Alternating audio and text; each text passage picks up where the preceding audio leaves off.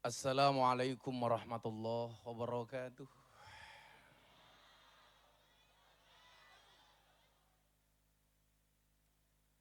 Alhamdulillahil qail. A'udzu billahi samil alimi minasyaitonir rajim. Bismillahirrahmanirrahim.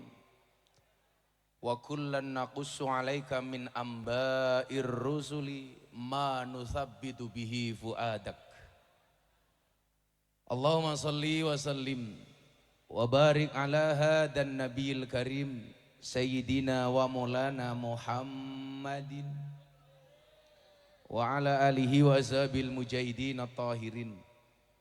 Rabbi israh li sadri wa yassirli amri wahlul 'uqdatam min lisani yafqahu qawli. Amma ba'du.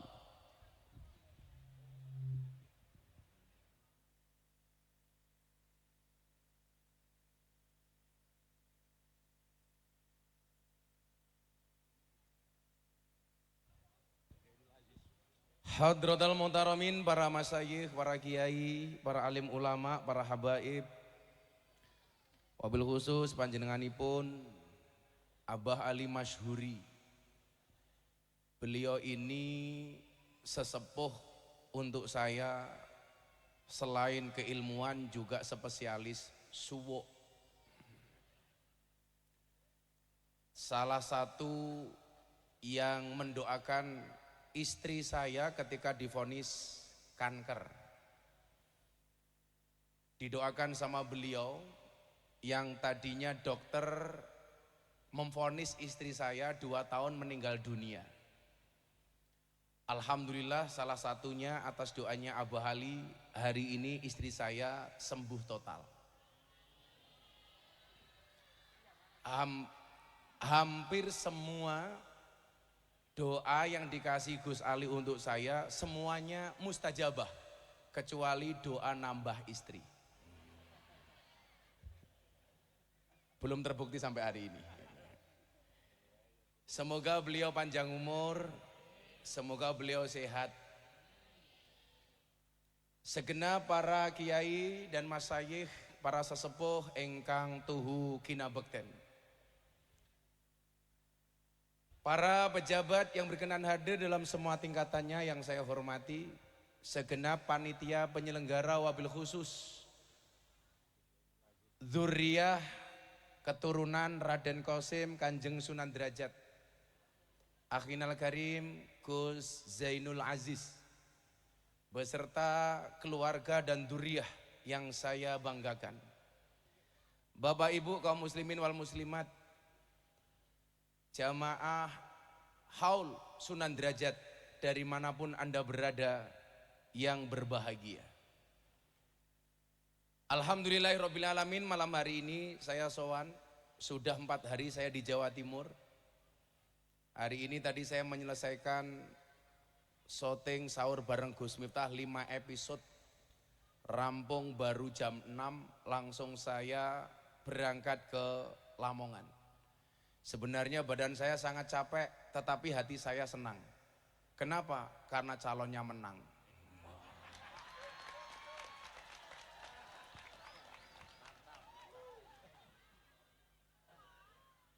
Ada 2 perasaan yang kemudian ketika saya harus sowan Kanjeng Sunan Derajat. Yang pertama, sebenarnya perasaan malu. Orang seperti kita harus matur tentang kewalian seorang Kanjeng Sunan Derajat.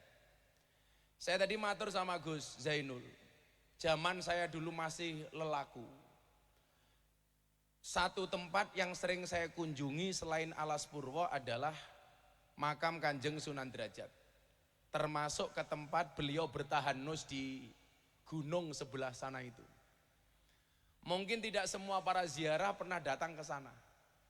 Tapi alhamdulillah saya dulu pernah naik ke tempat di mana beliau bertahanus.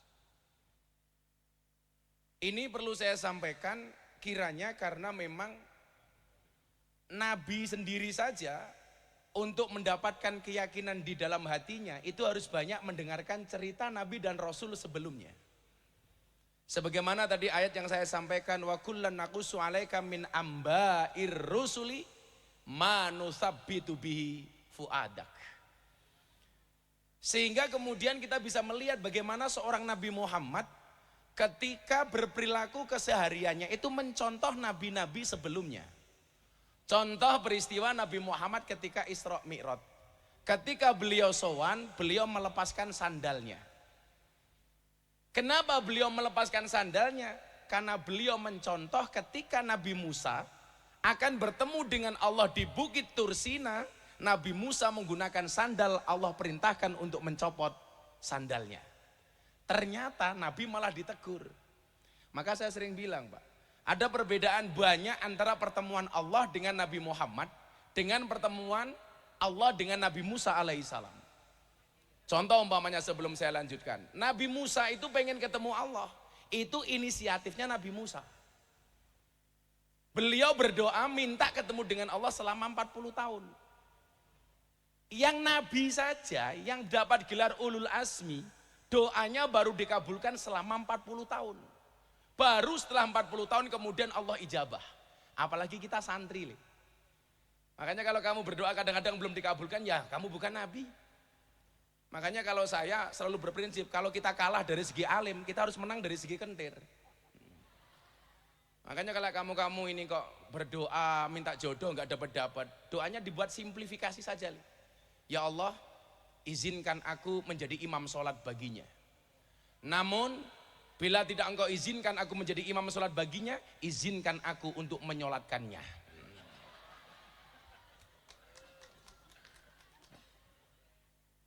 Tapi kalau santri begini insya Allah, masa depannya insya Allah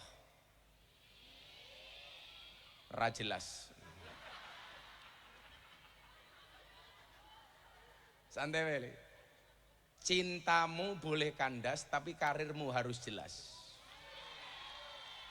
Kenapa? Karena karir yang jelas akan mengundang cinta yang berkualitas.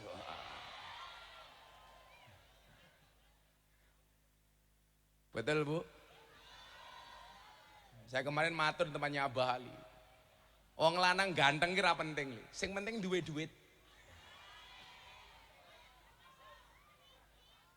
Lah kurang ajar, kaya jenengan Gus.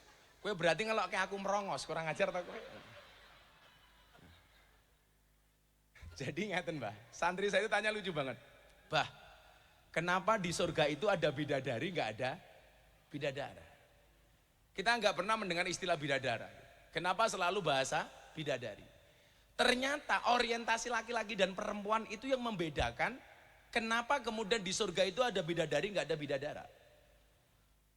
Kenapa di surga itu nggak ada bidadari, nggak ada bidadara? Karena orientasi laki-laki dan perempuan itu beda, Pak. Laki-laki itu semakin kaya, dia semakin butuh perempuan. Maka perempuan beda dengan perempuan. Perempuan itu semakin kaya, dia tidak butuh laki-laki. Mila wong wedok ki lak wis sugih kon rabi males, ra penting wong lanang niku. Betul, Bu? Laki-laki itu semakin kaya, dia semakin butuh perempuan, perempuan semakin kaya, dia tidak butuh laki-laki. Nah, laki-laki kenikmatan tertingginya itu ya perempuan. Tapi perempuan kenikmatan tertingginya apa? Harta, emas, dan berlian. Makanya laki-laki itu semakin kaya semakin butuh laki-laki. Perempuan semakin kaya nggak butuh laki-laki. Laki-laki semakin kaya semakin nakal. Perempuan semakin nakal semakin kaya. Itu loh Pak masalahnya itu. Apalagi perempuan sekarang. Waduh, perempuan tuh mampu menyimpan dua pria di dalam satu hati. Wah. Tapi kamu jangan sombong, ingat laki-laki juga bisa membeli tanpa harus mencintai. Lah, modar gue.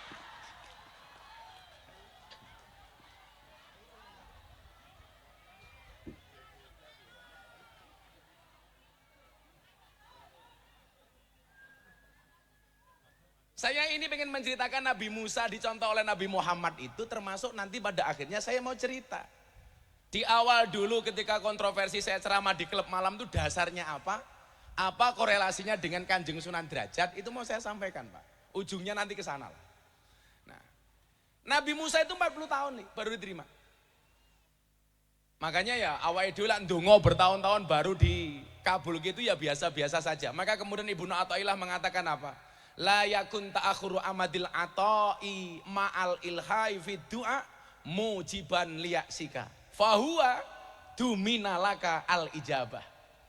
Jangan sampai keberadaan doamu, keterlambatan doamu dikabulkan oleh Tuhanmu menjadikan kamu berputus asa. Kenapa? Karena fahuwa duminalaka al ijabah. Karena dia Allah pasti akan mengabulkan doa-doamu. Itulah alasan Pak, kenapa saya olahraga itu paling suka. 1, nge-gym. 2, sepedaan. Saya kalau sepedaan Pak, Jogja Sragen, PP saya kuat Pak. 200 kilo saya sepedaan kuat. Karena bagi saya orang berdoa itu seperti orang bersepeda.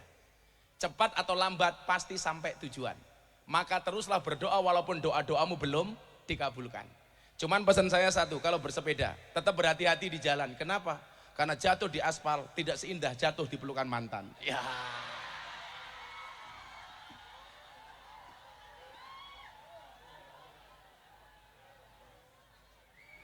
Kata-kata.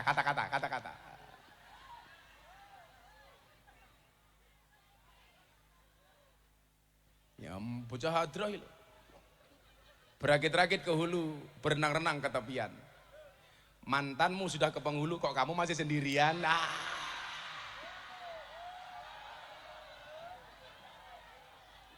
Kalau Nabi Musa itu ketemu Allah atas permintaan Nabi Musa.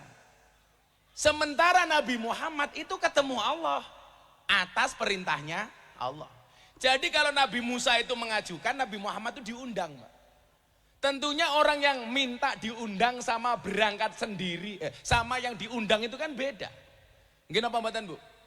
Kalau kita mengajukan untuk ketemu dengan Pak Jokowi dan kita dipanggil Pak Jokowi itu kan beda. Kayak hari ini orang mengajukan pengen bertemu dengan Pak Prabowo. Nah, sementara kalau Gus Miftah itu tidak minta ketemu tapi dipanggil. Cie. Ya beda itu loh, beda. Kayak Abah Ali ini berangkat ke Jakarta atas undangan dari presiden. Dengan saya berangkat atas inisiatif saya. Ini mesti beda. Ya padha karo mangkat pengajian beginilah. Sing diundang karo mangkat dhewe iki ya sangune beda kok. Lah bocah hadroh ketoke njaluk diundang ketok iki ketok. Ora apa-apa le. Bocah hadroh insyaallah keren. Alah bocah hadroh modalnya mung sarung, jawaban. Aja mau delok sarunge tapi deloken ilmune goblok gitu loh sih.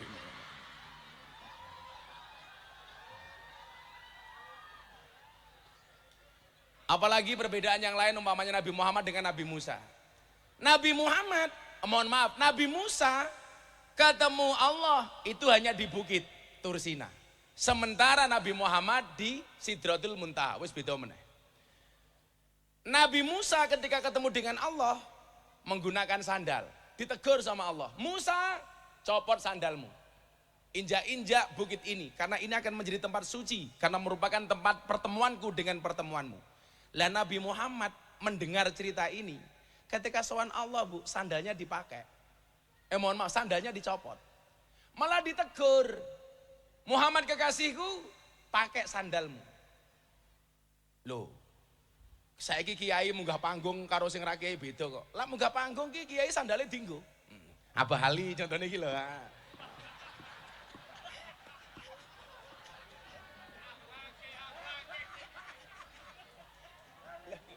Loh lah kayak kita harus dicopot lah. Abah Ali ora apa-apa itu loh. Kok Abah Ali rawuh tenggone panjenengan, sandalnya mau dicopot. Ampun Mbah, diasto mawon, diagem mawon sandale. Nggih ta? Lah awakmu sing teko, copot beda, Bro. Kualitas iki lagi beda ngono. Jadi Nabi Musa itu disuruh mencopot sandal, Nabi Muhammad suruh menggunakan sandal. Maksud saya apa? Seorang nabi sekalipun itu butuh diceritakan kisah-kisah nabi-nabi sebelumnya. Tujuannya untuk apa? Tujuannya adalah manusabbitu bi fuadak. Supaya atine ki luwih yakin. Lah kaya awake dhewe niki nyuwun sewu, butuh datang terhadap hal-hal para masyayikh, para kiai, terlebih para wali. Itu sama tujuannya. Manusia bitubifu adak dalam konteks yang lebih kecil. Sehingga kemudian apa?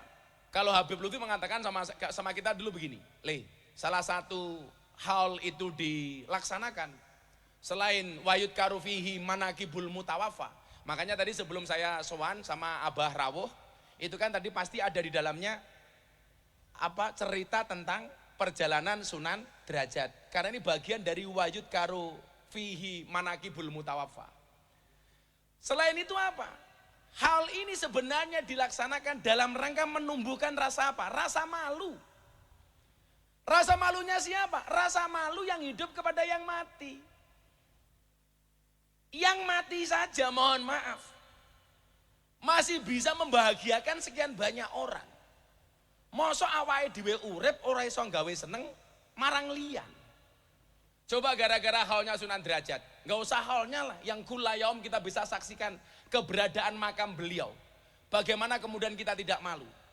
Yang sudah sowan sama Allah masih bisa memberikan sekian banyak kebahagiaan. Yang mati membahagiakan yang hidup. Lah mosok awake dhewe sing urip kok gawe susah sing urip.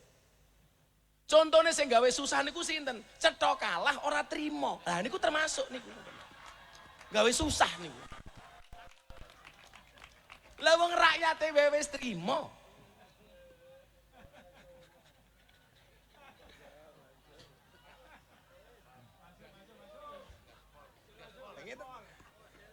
Makanya kemarin saya diundang, "Le, sesuk sahur ya." Jam piro sahur ngene jenengan, Pak? Kalau matur ngoten. Jam pinten? So haul sahur. Saya pengen sahur bersama. Yang ceramah sebelum sahur Gus Miftah. Jam berapa? Jam 02.58 jamnya gitu loh. Tapi sekalian sesuk bukanya jam piro? Jam Ganjar plus Anies. Hah? Maksudnya 16.24. Nah.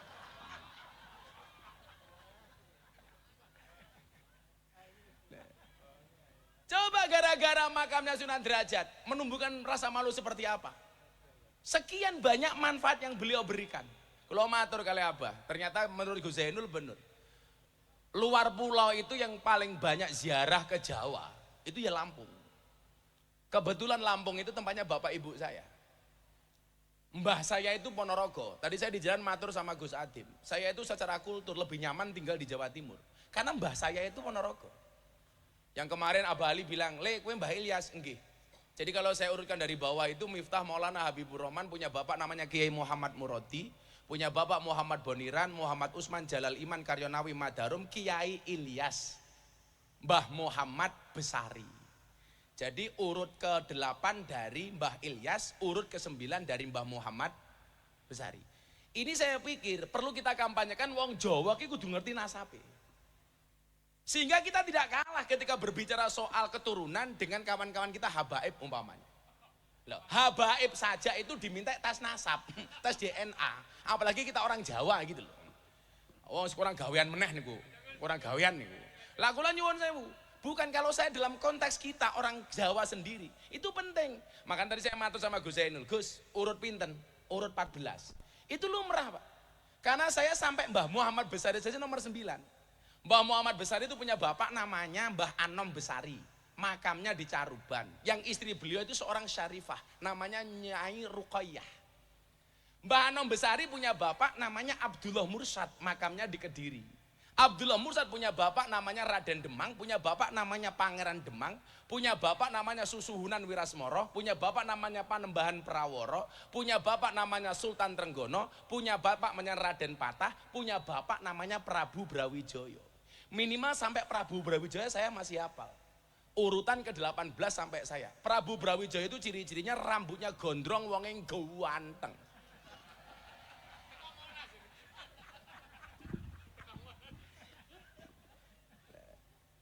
Nah, Mbah Sunan Derajat inilah yang kemudian menjadi salah satu inspirasi saya ketika saya dulu bolak-balik ke Derajat sowan ziarah.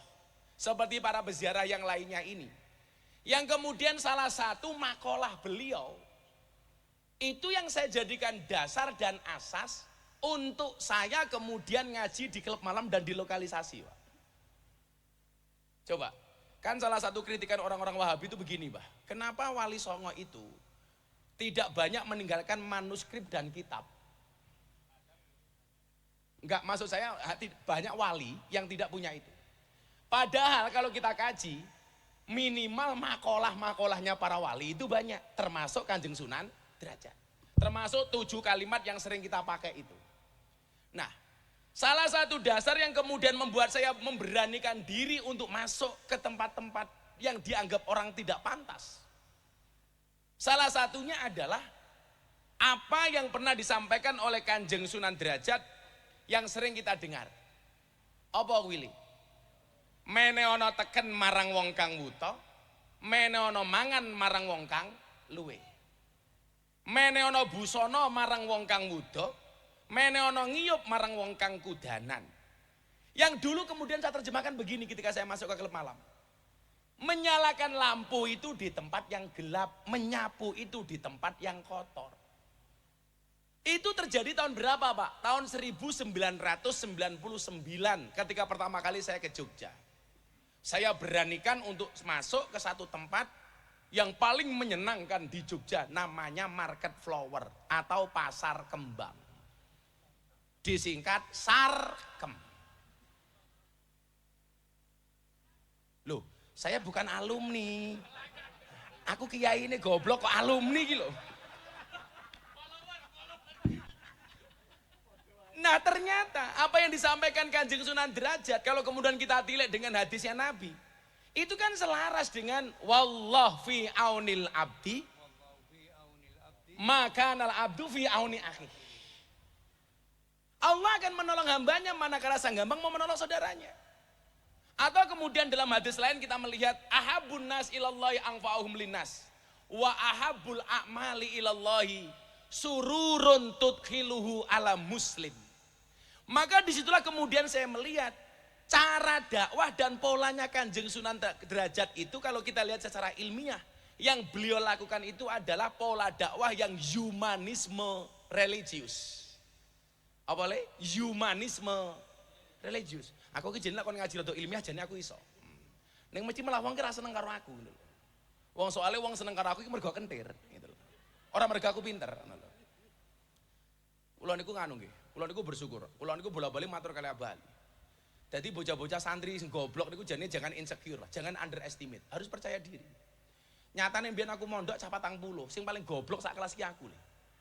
Lho tenan. Tapi cah 40 kuwi sing dadi kiai mau ngaku dhewe. Sing 39 Pak nggih, mboten enten dadi kiai. Ngarit gitu loh. Saiki malah aku anyar gelarku AKBP. Aku kiainya Bapak Prabowo.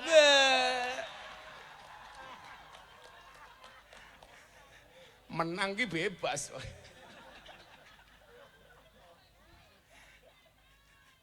Oke guys. Ngelak ana wong ngelak ki ala Miftah goblok tak jawab sorry ye. Coba. Pola dakwah humanisme religius ini apa? Memanusiakan manusia.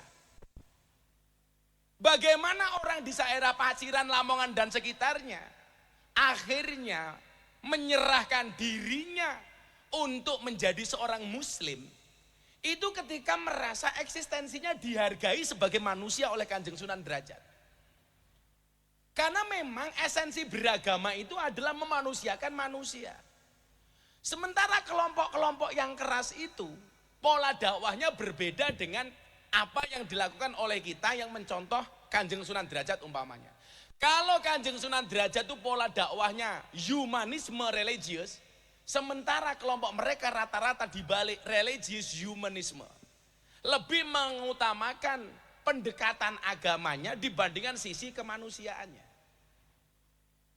Nah, karena yang digunakan oleh Kanjeng Sunan Derajat itu humanisme religius, itu sesuai apa yang disampaikan oleh Al-Quran ketika menyampaikan tentang pola dakwahnya Kanjeng Nabi. Apa itu?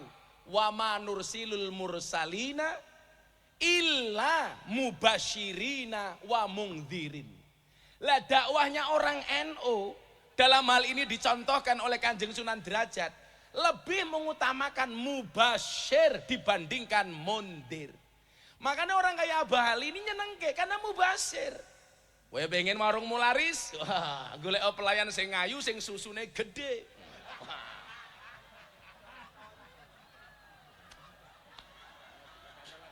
Sing iso nggih candolan kopiah. Benisu mesti cah Lamongan moro. Oke, gas.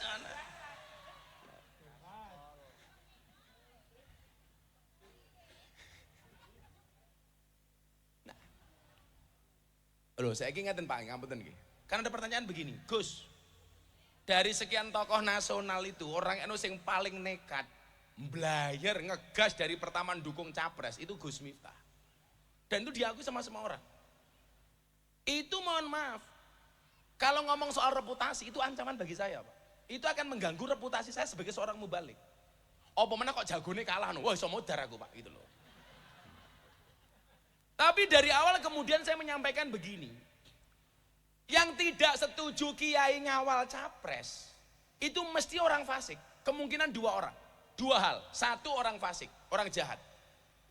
Kenapa? Karena kalau ada kiai kayak Abah Ali ini berada dekat dengan calon presiden, maka otomatis pintu orang fasik untuk mendekat capres itu menjadi tertutup. Tapi kalau orang baik tidak mau dekat dengan capres, otomatis orang fasik akan mendekat. Kemudian yang nggak terima siapa? Yang kedua, pasti orang yang beda pilihan dengan kita. Lak podo, apik Gus. Lak beda, kiai kok dolanan capres. Gitu? Loh, ini udah gak kampanye lagi, rugi saya kampanye wis menang kok kampanye gitu. Ini kan tahadus bin nikmah. Idkhalus surur. Ketoke sing ra trimo, ketoke pendukungnya sing kalah ketoke gitu.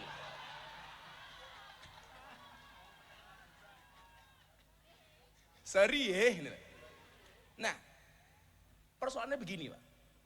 Ini untungnya kenapa kiai-kiai Ahlus Sunnah kayak Abah Ali itu berada di lingkungan capres.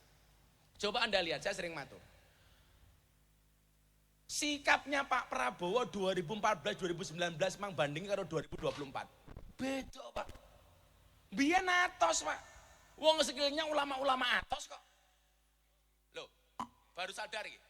Dulu Pak Prabowo 2014-2019 itu keras Pak. Galak. Kenapa? Karena di sekelilingnya ini orang-orang keras. Bangsa FPI, HTI, 212. Malah kaya Wiro Sableng tak? Gitu loh. Coba sekarang Pak Prabowo itu kelihatannya apa? Gemoy. Ayo. Santuy. Lah, kiai ini model Abah Ali kok kepiye tak? Iya tak? Makanya kan beliau mas kita. Calon presiden sing paling cerdas kuwi Anies. Sing menang Prabowo. Sing paling bulat. Aku rawani neruski aku, sumpah aku. Maka benar apa yang kemudian disampaikan oleh Ibnu Athaillah. Apa? Latas habman la yunhiduka haluhu walayadulluka alallahi maqaluhu. Artinya pola seseorang itu tergantung sahabat orang-orang yang ada di sekitarnya Pak. Hari ini nyuwun sewu. Ketika ada sekian banyak kiai Ahlus Sunnah di sampingnya Pak Prabowo umpamanya, kita punya harapan gambaran istana ke depan itu tetap Ahlus Sunnah. Coba Anda bayangkan kalau kemenangan Pak Prabowo sekarang di sekelilingnya itu orang-orang Wahabi Pak, sing cangkeme atos. Ayo, nanti pas pampres begitu ada orang datang, takbir, lah cilaka Pak. Kalau sekarang full senyumin saja. Lah, ya beda meneh kuwi. Makanya saya bilang ketika saya acara gerakan moderasi bersama tokoh-tokoh Hindu di Bali. Allah itu ketika kita berbicara keadilan, konsepnya apa? Wadu syai'in fi mahalli. Meletakkan segala sesuatu sesuai dengan porsinya. Contoh bentuk keadilan Tuhan kepada Indonesia niku napa? Menempatkan pulau seindah Bali dengan mayoritas orang non-Islam yang ada di dalamnya. Sehingga Bali bisa berkembang. Maju. Wong nganggo sempak kotangan tok monggo. Sumur susune dijemur monggo. Loh. Coba Anda bayangkan kalau pulau seindah Bali itu di dalamnya orang Islam yang keras-keras, Pak. Begitu ning Pantai Kuta ndelok wong sempakan kotangan tok. Takbir! Mulai ning Australia, Pak, bule nih. Loh kalau saya sama Gus Zainul lihat seperti itu bukan takbir, Pak, traktir. Nah, maksud saya ini selaras dengan humanisme religius yang pondasi dan asasnya itu sudah diletakkan oleh Kanjeng Sunan Derajat. Makanya saya dulu santai saja ketika masuk. Saya yang sering cerita itu. Saya itu kan dulu masuk ke lokalisasi itu Pak setiap malam Jumat, Pak. Setiap malam Jumat saya datang ke musola itu saya kasih nama MTS, Musola Tengah Sarkem. Wes, pokoknya saya sholat di situ, wirid, matehai untuk mbak-mbak londe, Al-Fatihah itu guys. Sampai akhirnya malam ketiga preman terbesar di Jogja waktu itu almarhum Gunardi Joko Lupito dengan membawa senpinya itu datang ke saya, Pak, begini. Macam-macam tak pateni. Ya karena otomatis apa yang saya lakukan mengganggu stabilitas mereka di dunia kemaksiatan. Namanya gunjek. Macam-macam tak pateni. Saya cuma matur, Om, kasih saya kesempatan. Toh saya hanya mendoakan mereka, salah saya di mana? Ya wes terus no. Sampai akhirnya malam ke-7, Jumat ke-7 saya datang, yang ngikuti saya dari belakang bukan lagi preman, mbak-mbak begenggeknya ini. Begitu saya masuk musola, yang kemarin saya renovasi, Pak. Sekarang musola saya kasih karpet bagus, saya ganti atap, saya cat, ganti keramik, macam-macam. Akhirnya dari situ, mbak-mbak ini beberapa PSK datang, mengikuti saya masuk ke musola ini. Saya biasanya kalau sholat malam, surat pendek atau Fatihah yang saya baca itu pasti sir. Karena di belakangnya ada mbak-mbak begenggek ini. Tapi demi Allah, Pak, saya ngaji sama mereka sudah 20 tahun lebih. Sekalipun saya nggak pernah manggil mereka di hadapan mereka begenggek atau londe, itu nggak pernah. Kan nggak mungkin, mbak-mbak para londe rahimakumullah kan nggak mungkin. Jelas nggak mungkin. Atau Allah umruhum munak jilaka. Saat itu begitu saya baca Fatihah kok mereka di belakang saya kok ikut mendengarkan nyemak orang sholat. Akhirnya bacaan surat yang saya baca secara sir itu saya baca secara jahar. Saya ingat betul waktu itu yang saya baca itu surat Al-Muzammil kelingan. Setelah Fatihah saya baca, mereka mendengarkan.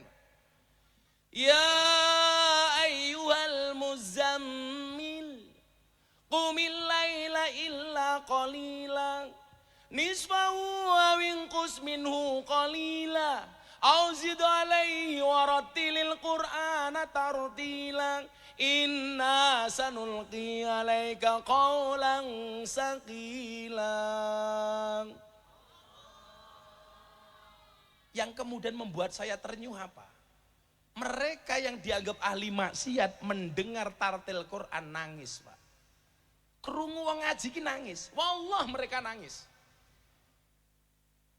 Kemudian saya lanjutkan di pertengahan ayat itu kan apa ya? Pertengahan ayat cerita tengahane piye? Lali aku.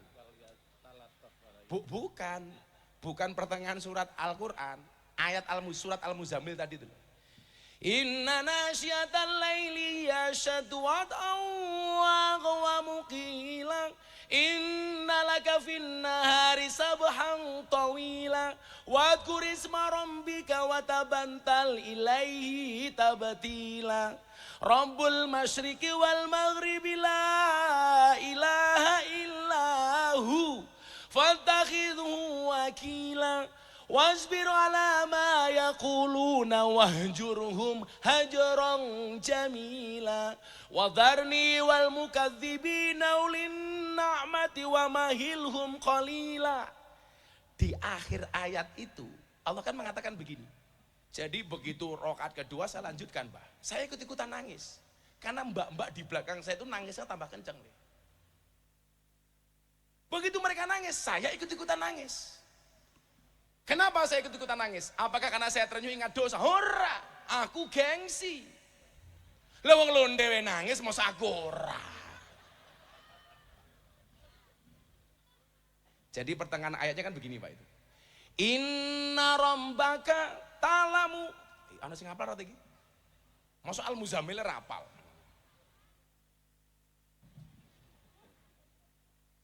Wah, ra sida tak sangoni we. Duitku oke Kiai ini Prabowo kok. Malah kul huwailek lho. Orang ngono meneh bedane beda meneh ning Yogya ana. Imame bar Fatihah inna, tapi lali arep inna apa? Inna meneng meneh. Inna akhirnya makmum mburi bengok banget. Inna lillahi wa inna ilaihi rajiun. Di akhir ayat itu kan Allah mengatakan apa? Wastaghfirullah, wastaghfirullah, innallaha ghafurur rahim. Nah, rampung sholat Pak, mbak-mbak ini nanya, Mas, jenengan iki wong kentir. Mun malam Jumat kok moro ning lokalisasi. Muncul itulah kalimat pertama yang saya gunakan dari Kanjeng Sunan Derajat ketika mbak-mbak itu bertanya kepada saya. Tapi waktu itu bahasa saya apa? Wenono ageman marang wong wudo, wenono tongkat marang wong wuto. Yang itu intisari dari Kanjeng Sunan Derajat. Maka saat itulah kemudian mereka bilang, Mbok Gus Miftah ngaji di sini. Nah, itu terjadi tahun 1999. Maksud saya apa? Kalau hari ini orang mengenal saya, asbabnya ya salah satunya Kanjeng Sunan Derajat yang memunculkan bagi saya keberanian untuk mengambil resiko. Karena kan gak semua orang berani Pak.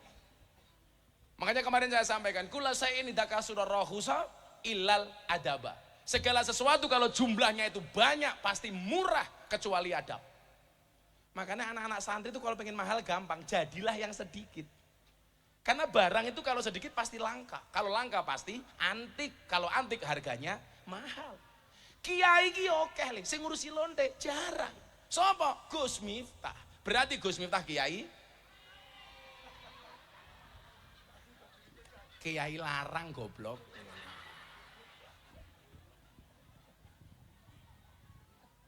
Nah, makanya wingi pas kula bah ono undangan saka Kanjeng Sunan Derajat.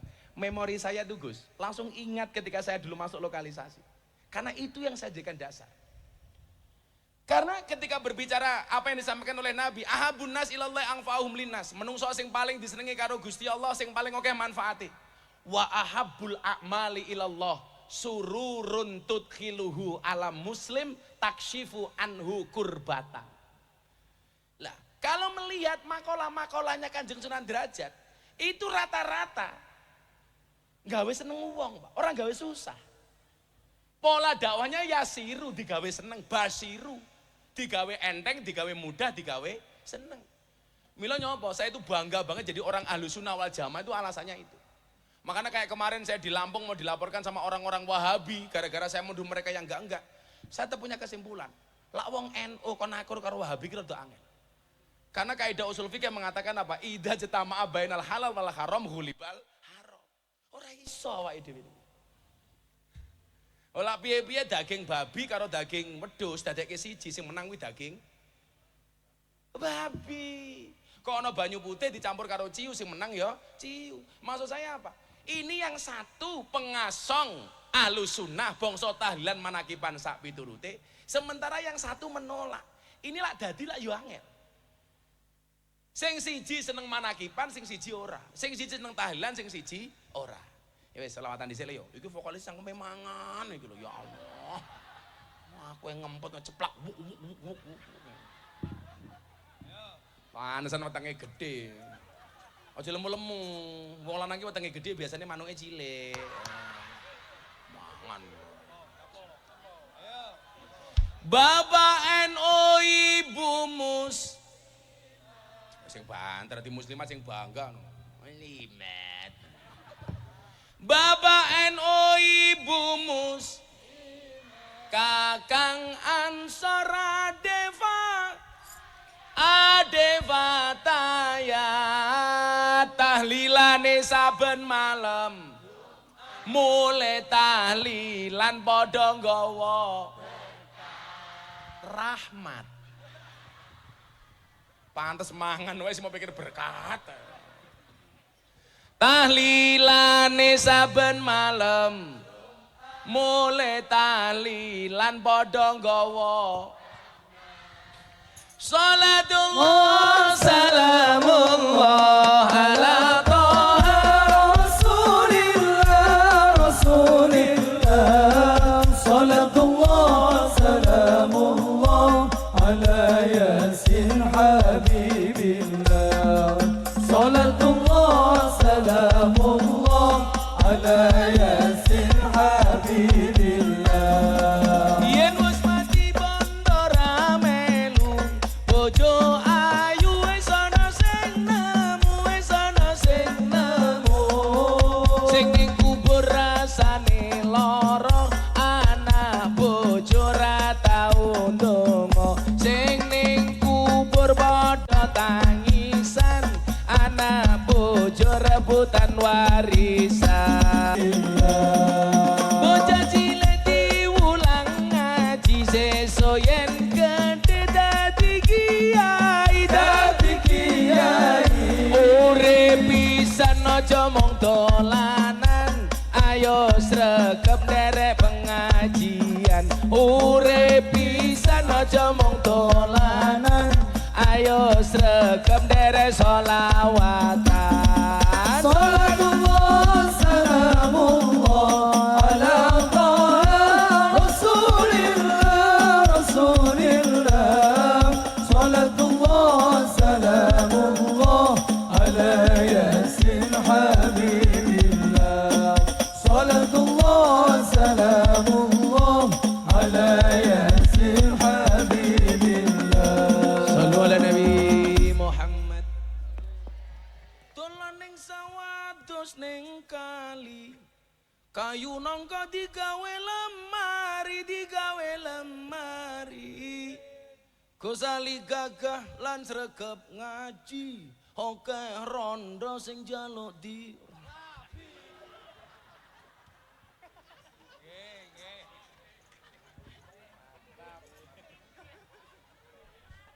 walat aku. Loh kan nganu to doaul mar'i li akhihi ka duaihi li nafsihi. Dadi lek aku ndongake wong liya kuwi padha karo ndongake awakku dhewe. Neng aku ora wani. Lah sing gelem wah antri, Bro. Gantengnya kaya ngene kok. Tapi sorry ya, saya adalah laki-laki yang setia. Karena saya punya prinsip lelaki yang hebat bukan lelaki yang mencintai banyak wanita tetapi mencintai satu wanita dengan banyak cara. Saya harus ngomong seperti itu. Kenapa? Karena direkam banyak kamera.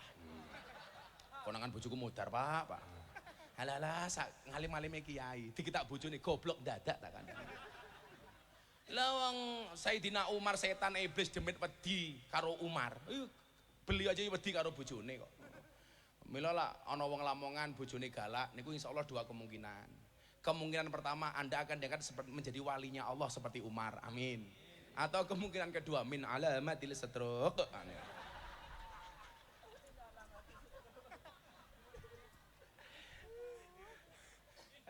Kiai kaya apa kaya kula dudu kiai. Wes, delah bojoku galak ora jane bojoku iki. Mung bojoku iki ahli sejarah. Dadi lek sing lanang duwe salah pisan seumur hidup kelingan terus. Curhat mbahmu ki curhat itu. Karena perempuan itu karakternya kalau disakiti nggak pernah lupa, kalau menyakiti nggak pernah ingat. Ciri-cirinya jibape coklat. Gitu. Terakhir sebelum Abah Ali dawuh, mungkin satu dalil yang perlu saya sampaikan, jangan gampang menghakimi orang lain dengan perbuatan dosanya. Ruwiyaan Al-Imam Malik annahu kana yaqul la tangzuru fi dzunubin nas ka'annakum arbabun. Janganlah kalian lihat dosa manusia seolah-olah kalian adalah Tuhan. Wangzuru ila dzunubikum ka'annakum abidun. Lihatlah dosamu sendiri seolah-olah dirimu adalah budak. Farhamu ahlal bala. Sayangilah orang-orang yang terkena musibah. Wahmadullah alal afiyah. Pujilah Allah atas keselamatan. Wa iyyaka an taqul hada min ahlin nar. Janganlah sekali-kali kau mengatakan orang ini adalah ahli neraka. Wa hada min ahlil jannah. Dan ini adalah ahli surga. La tatakabbaru ala ahlil maksiyah. Janganlah kamu sombong dengan ahli maksiat. Bal ud'ullah lahum bil hidayah war rasyad. Tetapi doakanlah mereka supaya mereka mendapatkan hidayah dan petunjuk. Makanya sing kula agem niku tak cekeli tenanan niku dawuhe Gusmi. Pandanglah orang lain dengan kacamata hakikat, pandanglah diri sendiri dengan kacamata syariat. Pandanglah orang lain dengan kacamata hakikat supaya kita tidak gampang menyalahkan mereka, menghakimi mereka. Tetapi pandanglah diri sendiri dengan kacamata syariat supaya kita lebih berhati-hati dan waspada. Kula ngapunten, Mbah, kula ngapunten, nek diarani kula niku salah. Orang baik itu rata-rata egois. Yaitu tadi yang dikatakan oleh Imam Malik. Hada min ahlil jannah, hada min ahlin nar. Contohnya apa, Pak? Saya itu pernah ngaji di klub malam di Jogja. Nunggu teman-teman yang lain datang, Pak. Itu duduk di depan kafe. Ada rombongan jamaah berangkat pengajian naik mobil pickup.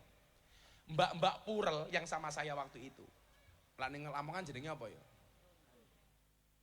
Bukan, Purel itu pemandu karaoke. LC, PK, PL. Kalau di sini Purel lah, perempuan rela diusel-usel. Yang mereka kerjanya di puskesmas, pusat kesenangan mas-mas. Yang dilakukan adalah karaoke, kata rock dibuka oke. Niku nyuwun sewu, Mbah. Begitu ini liwat pengajian niku nyuwun sewu, Gus Zainul. Mbak Purel ini mengatakan apa sama saya? Bah, doakan saya ya. Mudah-mudahan satu saat saya bisa seperti mereka, malam hari berangkat pengajian tidak bermaksiat seperti sekarang. Saya mendengar kalimat mereka itu nangis. Aku langsung ngelus dodone bojoku. Ya Allah, luar biasa ini orang. Satu saat saya nganter kiai-kiai dari luar kota, lewat jalan Magelang melewati klub malam, karaoke Dugem. Ada mbak-mbak berpakaian seksi. Kiai yang saya derek ini, ustadz-ustadznya ngomong apa sama saya? Dasar kalau Gus ahli maksiat. Bengi-bengi ngumbar aurat mendatangkan murkanya Allah. Saya kemudian berpikir begini, ahli maksiat memandang orang baik dengan kacamata kasih sayang. Sementara orang baik, orang yang dianggap baik, memandang ahli maksiat dengan penuh kebencian. Bukankah kemudian kita ingat alaihissallahu bihakamil hakimin. Allah itu menciptakan manusia untuk saling mengenal dan menasehati, bukan untuk saling menilai dan menghakimi. Celakanya apa? Inilah diterjemahkan makalah Mbah Sunan Derajat, itu mesti wakil banget. Celakanya apa?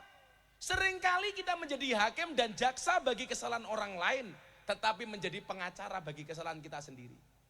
Kalau ada orang lain salah, kita hakimi, kita tuntut, kita eksekusi. Tetapi kalau kita salah, membela diri. Kulo ngaji, Bah, teng Cikarang, teng Bekasi mau pindah ke Cikarang, lewati lokalisasi di daerah Kalimalang. Emplek-emplek nih kula. Kaca mobil saya buka. Niku mbak-mbak lokalisasi langsung bengok, Gus Miftah, mampir bah. Gitu. Apakah saya mampir? Saya datang. Dok, ngumpul. Berapa yang masuk malam hari ini? 100 orang, Mbah. Mau nggak pengajian sebentar? Wah, mau, Bah, ngumpul 100 PSK. Saya ngomong sebentar. Setelah itu apa? Yang saya bacakan cuma satu ayat dalam surat Az-Zumar. Qul ya ibadiyalladzina asrafu ala anfusihim la taqnatu mir rahmatillah. Innallaha yaghfirudz dzunuba jami'a innahu huwal ghafurur rahim. Rampung ngaji mereka saya tanya, Dok, rata-rata kalian semalam dapat berapa minimal? 200.000, Bah. Semalam minimal kamu bawa uang berapa? 200.000. Oke, sekarang perjanjian sama saya. Nopo, Bah? Semua mbak-mbak yang hadir saya bayar 200.000. Saya sedekahi 200.000.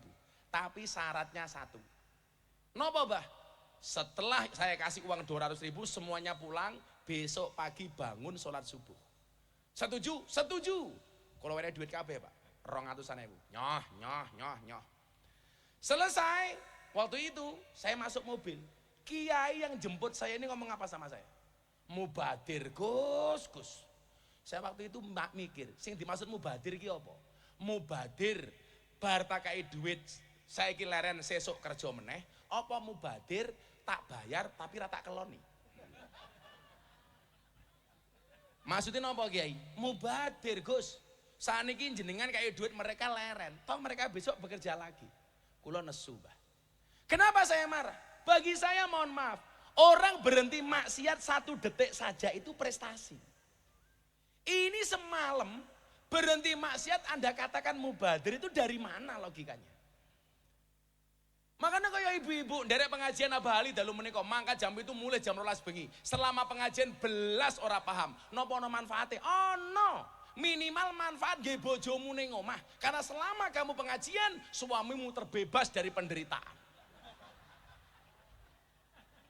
Ono kok kepiye iki lho.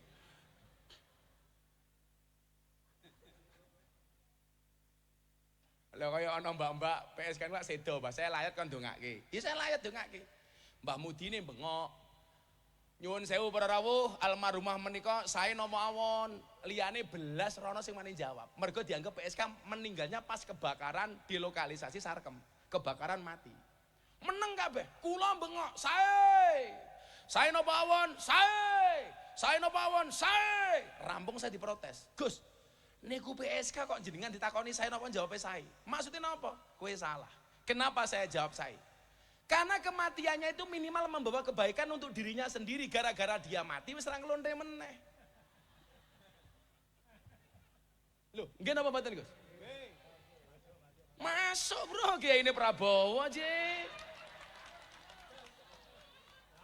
Kalau Gus minta Kiai ini Prabowo, Abah Ali tukang suwe Prabowo.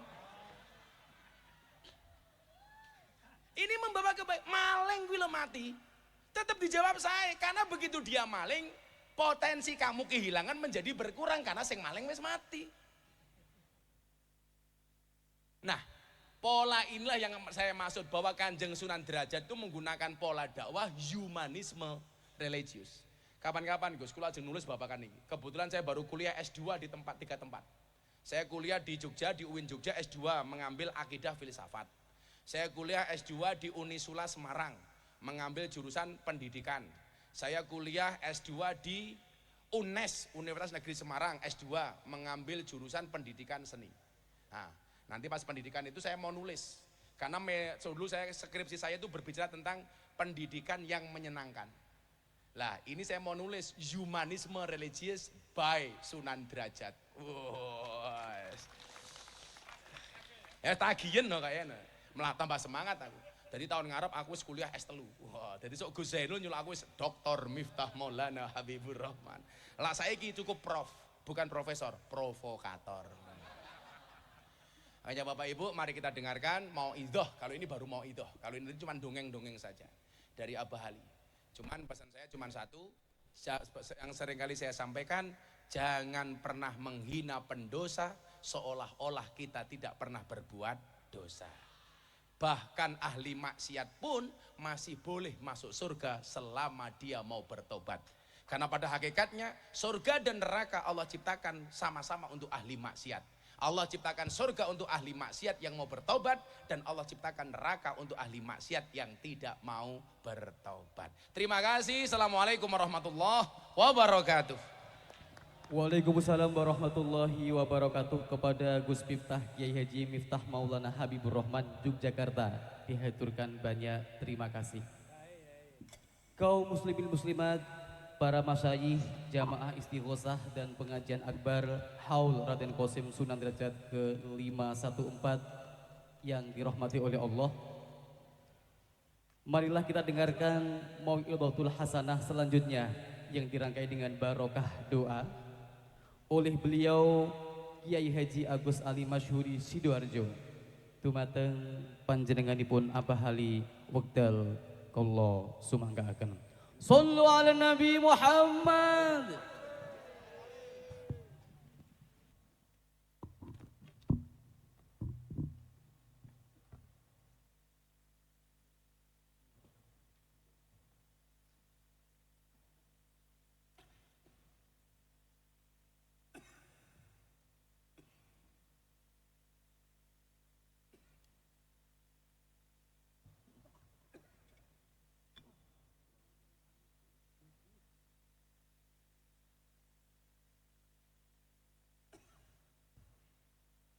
Assalamualaikum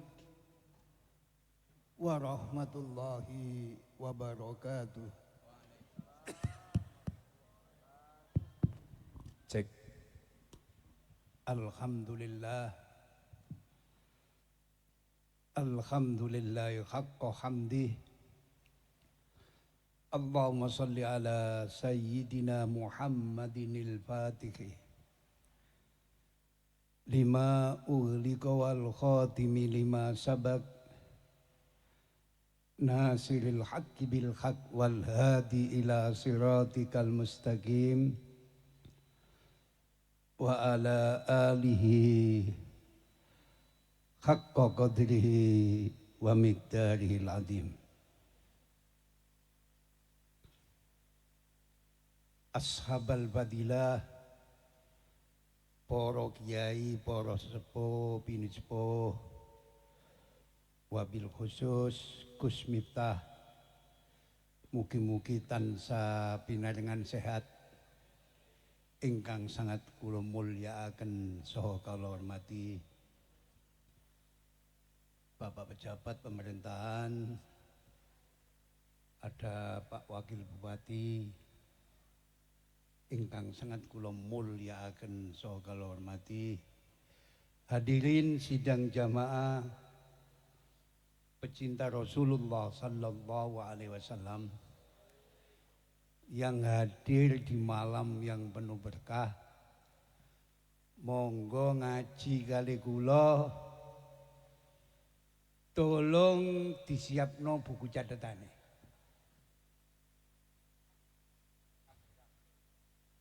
Pertama saya mengambil apa yang disampaikan Imam Sufyan ibnu Uyainah, guru dari Syekh Ahmad bin Hambal dalam bidang hadis. Beliau punya satu tesis, Inda dzikri sholihin tanzilur rahmah. Pada menyebut nama-nama orang soleh, turunlah rahmat. Selang beberapa tahun, dawuh ini diperkuat oleh beliau Hujjatul Islam Al-Imam Abi Hamid Muhammad bin Muhammad Al-Ghazali. Yang dimaksud inda dzikri sholihin tanzilur rahmah, pada menyebut nama orang soleh turunlah rahmat. Bukan rahmatnya yang turun, tapi sebabnya rahmat yang turun. Awalnya rahmat adalah melaksanakan kebajikan. Sedang awalnya kebajikan adalah mencintai orang-orang soleh yang istiqomah melakukan kebajikan. Stop. Bisa dilanjut? Bisa dilanjut? Sabda ini diperkuat oleh apa yang disampaikan oleh salah satu tabi'in yang terkenal, Ibnu Sirin. Inna hadal ilma dinun fanduru amman ta'khuduna dinakum. Allahumma sholli ala Muhammad. Sesungguhnya ilmu ini, ilmu sanad adalah agama. Maka lihatlah dari mana kamu mengambil agama kamu. Allahumma sholli ala Muhammad.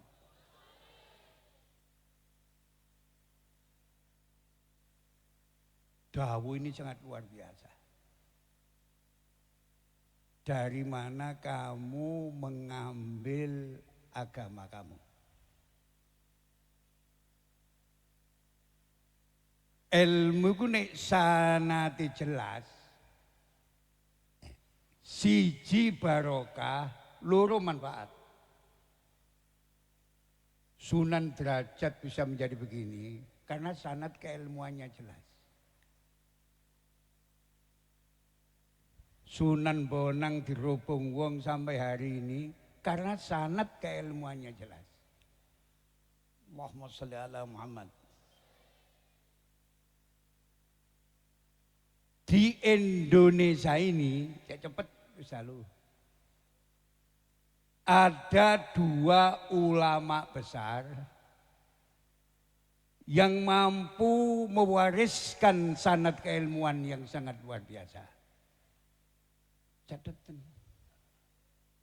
Siji beliau Al-Arabillah Al-Makburlah Kiai Haji Muhammad Khalil bin Abdul Latif Al-Bangkalani Madura. Yang kedua Mbah Soleh Darat Semarang. Kedua kiai ini umurnya relatif sama, mondoki bareng ke Mekah, gurunya sama, sehingga mampu mewariskan sanad keilmuan yang luar biasa. Supaya lengkap kajian di Khol malam ini, di tahun 1850 Masehi ada dua ulama Indonesia yang sangat luar biasa. Pertama Kiai Haji Abdul Manan Dipo Menggolo Termas Pacitan. Banyak Semakfut Termas. Allahumma sholli ala Muhammad. Yang kedua Imam Nawawi Al-Bantani. Rungokno. Rong kiai gede iki tidak dimiliki Malaysia. Tidak dimiliki Thailand, tidak dimiliki negara-negara Asia yang lain. Tapi asli produk ulama Nusantara, ulama Indonesia, wong Jawa, ketepatan adalah orang-orang Jamiah Nahdlatul Ulama. Allahumma sholli ala Muhammad. Bisa dilanjut. Tahun 1850. Malaysia belum punya intelektual semacam itu. Thailand belum punya, India belum punya.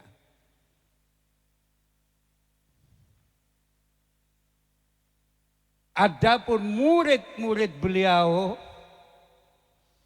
pertama murid Hadratus Syekh Kiai Haji Muhammad Khalil bin Abdul Latif adalah KH Hasim As'ari, seorang pendiri pondok pesantren Tebuireng Jombang, seorang pendiri Jamiah Nahdlatul Ulama sekaligus sebagai pahlawan nasional. Top Markotop belum ada. Ngedekno pondok do zaman penjajahan gak gampang. Mendirikan sebuah organisasi gak gampang. Tapi beliau Mbah Hasim mampu mengukir prestasi dan prasasti. Contoh, dalam pertempuran 10 November saja, Mbah Hasim bisa ngerahkan pasukan 30.000 santri untuk jihad mempertahankan kemerdekaan di Surabaya. Allahumma sholli ala Muhammad. Tidak ada.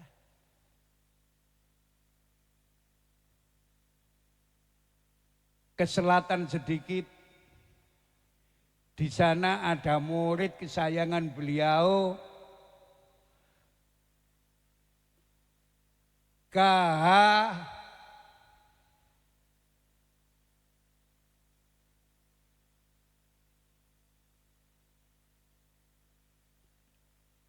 Kiai Dahlan.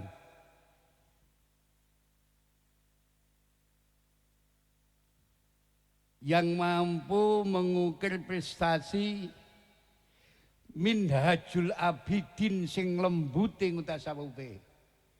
Diperes dadi Sirajut Thalibin dari Syekh insyaallah Iksan bin Dahlan Jampes Kediri.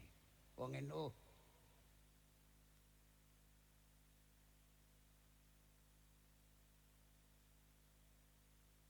Ngalor sedikit di sana ada KH Wahab Hasbullah.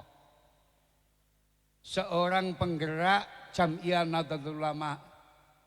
Pendiri Jam'iyah Nahdlatul Ulama.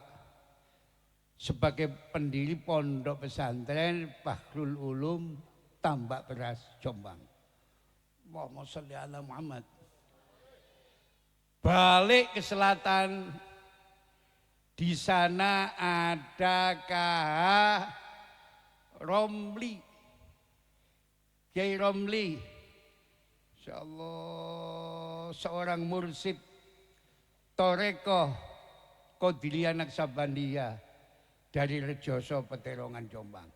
Ini murid tapi ketengan sekali. Ke timur sedikit di sana ada KH Abdul Karim.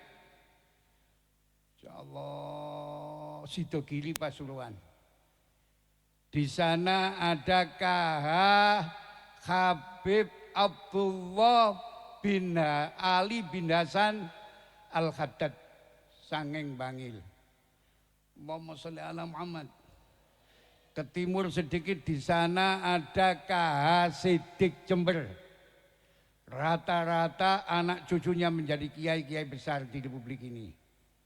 Ada Mahfud Siddiq, ada Ahmad Siddiq, insyaallah ada KH Ali Mansur, penggubah sholawat Badar itu Bani Siddiq semua.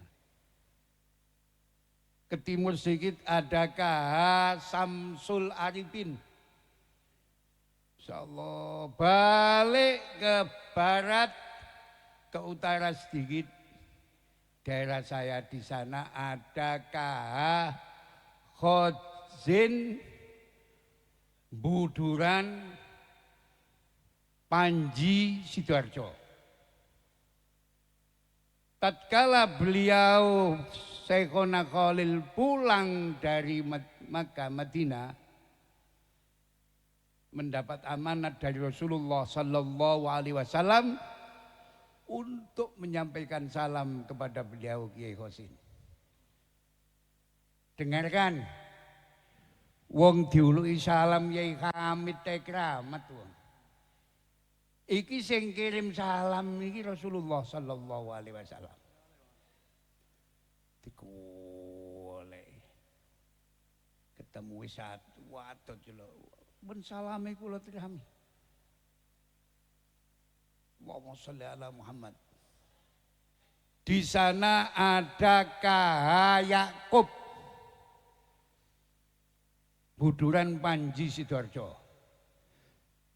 Merupakan kiai konglomerat pada zamannya. Coro saiki eling Khairul Tanjung. Rata-rata masjid jame di Jawa Timur. Di sana ada jayanya Kiai Yakub Panji. Allahumma sholli ala Muhammad. Termasuk Masjid Jame Sidoarjo. Ikut bukan bangunannya Pemda, tapi jahiliyahnya Kiai Yakub Panji. Allahumma sholli ala Muhammad. Kula dongakno sugih kabeh ning Kiai Yakub. Allahumma sholli ala Muhammad. Adapun murid dari beliau Mbah Soleh Darat termasuk R.A. Kartini, termasuk H.O.S. Cokro Aminoto. Otot delok Cokro iso maca kitab iki. Termasuk K.H. Ahmad Dahlan, pendiri Muhammadiyah. Allah. Mulai konco-konco NU Muhammadiyah gak usah tukaran. Iku tunggal guru. Bahkan secara nasab kedua-duanya adalah duriyah dari Sunan Giri Gresik. Allahumma sholli ala Muhammad. Allahumma sholli ala Muhammad. Bisa dilanjut? Bisa dilanjut? Inna hadal ilma dinun. Fanduru amman ta'khuduna dinakum. Sesungguhnya ilmu ini, ilmu sanad adalah agama. Maka lihatlah dari mana kamu mengambil agama kamu. Allahumma sholli ala Muhammad. Kalau yang diambil itu sanad keilmu jelas dari para wali-wali songo yang ada di negeri ini, sambung kepada beliau Rasulullah sallallahu alaihi wasallam. Gak usah tes DNA, nek sanad keilmuan sumber itu kono, insyaallah sambung dengan beliau Rasulullah sallallahu alaihi wasallam. Muga-muga tadi keterangan sing barokah, tadi keterangan sing manfaat. Niki kula wacae dongae sebab pidato nduk kholi wali kok ale tawa-tawa. Rata-rata wali-waline Allah mboten demen ngomong. Gak ono waline Allah gedabur sih gak ono. Mulai langsung kula dungani sampeyan namini nggih. Donga niki jenenge sholawat Badawi Kubro. Guru kula dawuh nek ana kampung diwacana shalawat iki insyaallah aman. Berkah, murah sandang, murah pangan, insyaallah penduduknya jadi penduduk al-ibadah. Al-Fatihah. Bismillahirrahmanirrahim. Alhamdulillahi rabbil alamin. Allahumma salli wa sallim wa barik ala sayyidina Muhammadin nurid dat wa sirris sairil asma'i was sifat. Allahumma salli ala nuril anwar wa sirril asrar wa tiryakil aghyar wa mitahi babil yasar. Sayyidina Muhammadinil mukhtar wa alihil adhar wa ashabil akhyar. Adada ni'amillahi wa ifdalih.